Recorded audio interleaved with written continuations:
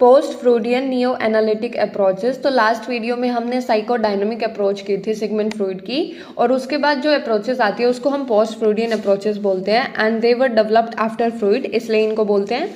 And they reduced focus on sex and aggression, तो उन्होंने sexual aspect और aggression पे कम फोकस किया था, ठीक है। And they expanded the role of ego, जैसे कि हमने देखा था कि सिगमंड फ्रॉइड में ईड का रोल था, हमने ईगो के बारे में भी पढ़ा था, बट जो हमारे पोस्ट फ्रूडियन अप्रोचेस हैं उन्होंने ईगो के रोल को एक्सपेंड किया था, ईगो के ऊपर ज़्यादा एम्फोसाइज किया था।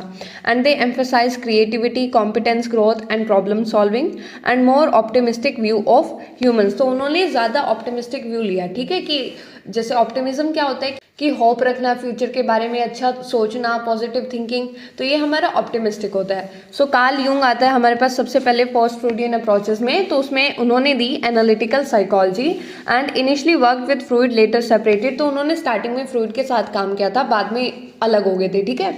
सो behaviour guided by aims and aspiration not only instincts. तो इन्होंने बोला कि सिर्फ इंस्टिंक्ट के कारण ही हमारा बिहेवियर नहीं होता, बल्कि हमारे जो एम्स और एस्पिरेशंस है, हमारी इच्छाएं, हमारे गोल्स है, हमारे सपने हैं, वो भी हमारे बिहेवियर को गाइड करते हैं। सो personality is a balance of internal forces, की पर्सनैलिटी जो होती है वो हमारे इंटरनल फोर्सेज होते हैं, उसका बैलेंस होता है, ठीक है। जैसे एग्जांपल लेते हैं कि एक इंडिविजुअल है तो उसको रैशनल और इमोशनल दोनों एस्पेक्ट्स को बैलेंस करके चलना होता है, ठीक है।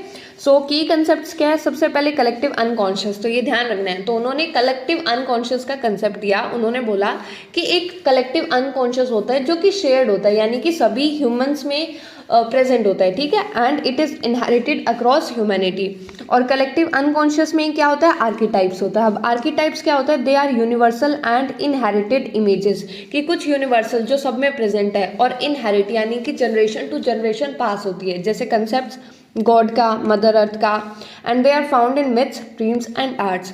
और फिर एक सेल्फ आर्कीटाइप आता है which strives for unity, wholeness and harmony, ठीक है।